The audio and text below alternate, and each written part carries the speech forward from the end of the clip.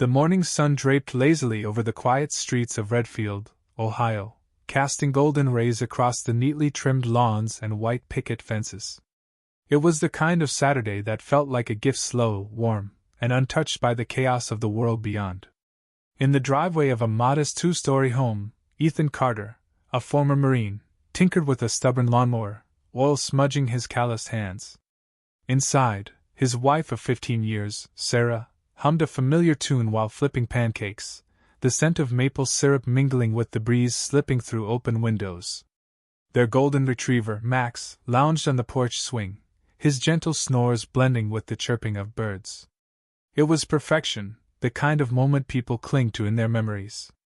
Until a scream shattered it. The sound wasn't just loud, it was primal, a jagged cry that tore through the air and stopped Ethan's heart. The wrench slipped from his grip, clattering against the concrete as he sprinted from the garage. His boots hit the grass, and the world slowed to a crawl. There, on the front porch, Sarah was being dragged down the steps. Two men in dark tactical vests had her, one gripping her arm, the other clutching her hair. Her nightgown, pale blue with tiny daisies, twisted around her knees as her bare feet scraped the wood. Blood trickled from her lip, her eyes wide with terror, her face unrecognizable under the weight of fear. She wasn't fighting anymore, just whimpering, her body limp like prey caught in a trap. Ethan's voice roared. "Get off her!" The taller man snapped back. "Back inside, sir. HOA enforcement. This doesn't concern you." But Ethan's eyes, sharpened by years in combat, saw through the lie. The vests were cheap, airsoft knockoffs. The badges glinted wrong, the patches poorly stitched, the lettering amateurish. These weren't officers, they were predators. His gaze flicked to the black SUV idling at the curb, no plates, engine humming low, a shadowy figure watching from the cracked back window. This wasn't about fines or rules. This was something darker. "Who the hell are you?"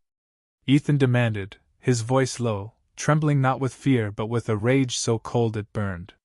The shorter man twitched, his hand hovering near a stunned DVYC. "Last warning," he growled. "Go inside or you're obstructing justice." Ethan's fist clenched, his mind racing, cataloging every detail, the blood on Sarah's cheek, the slipper lying upside down on the steps, the way her fingers clawed at the air. Across the street, a curtain twitched. A neighbor peeked out, then vanished. Another stood behind a glass door, phone in hand, filming but not moving. No one was coming to help. Sarah's voice cracked. "Ethan." That sound broke something in him. He turned toward the house, not retreating, but moving with purpose. The men laughed, short and smug, thinking they'd won. They hadn't.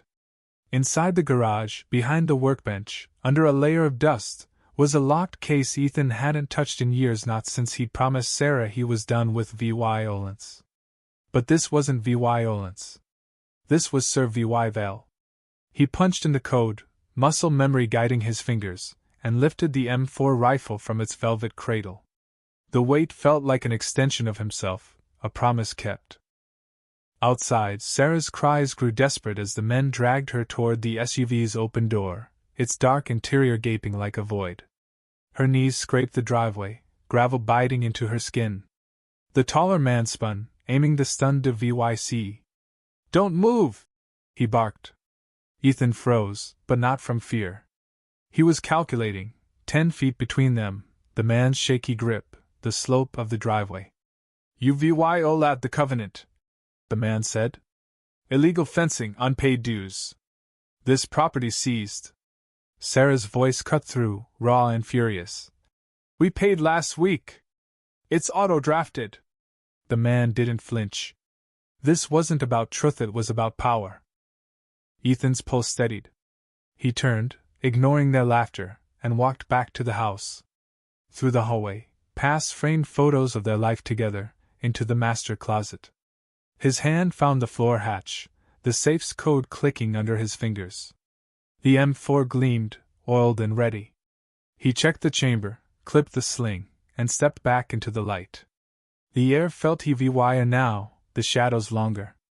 The charging handle's click echoed like a gunshot, a sound that said the world had changed. Ethan emerged on the porch, boots deliberate, rifle steady. The men turned, the taller one freezing, the shorter one flinching toward his taser. "Let her go," Ethan said, voice like steel, "or I end this." The words weren't loud, but they carried the weight of a man who'd seen death and knew its cost. Sarah, crumpled beside the SUV, saw him, and her shoulders eased, a sob breaking into a gasp. She knew he'd come for her. The SUV's engine revved, the driver panicking. "Don't," Ethan warned, rifle aimed low, finger near the trigger. "Drop to your knees. Hands on your head. Kiss her feet." The men scoffed, thinking it a bluff. Ethan fired once, the bullets slamming the ground inches from their boots, gravel exploding.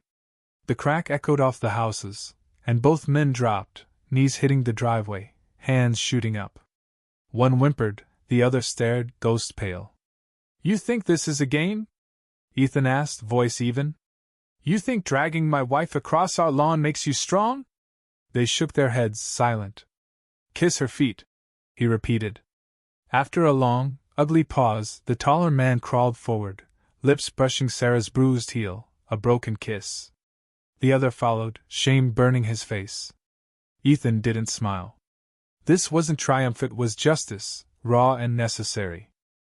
Neighbors watched from porches, some filming, others frozen. A teenager, Caleb, called out, "Mr. Carter, what are they?" Ethan didn't look away. "Cowards. Thieves hiding behind fake badges." A woman's voice asked, "Why, Sarah?" Ethan nodded at the SUV's clipboard, VY Seibel through the window. "Forged violations, fake fines, a list of addresses. They'd been doing this for weeks, targeting women alone." Gasps rippled through the crowd. The street, once safe, felt cracked open, its secrets exposed. Sirens wailed, growing closer. Police cruisers screeched in, officers spilling out, weapons raised then lowered as they saw Ethan kneeling beside Sarah, rifle on the ground. She clung to him, bruised but breathing. "Military?" an officer asked. Ethan nodded. "2nd Battalion. Kandahar." The officer's eyes softened. "Understood." The attackers were cuffed, silent, their fake vests peeling away like lies. Charges piled up: assault, impersonation, attempted kidnapping.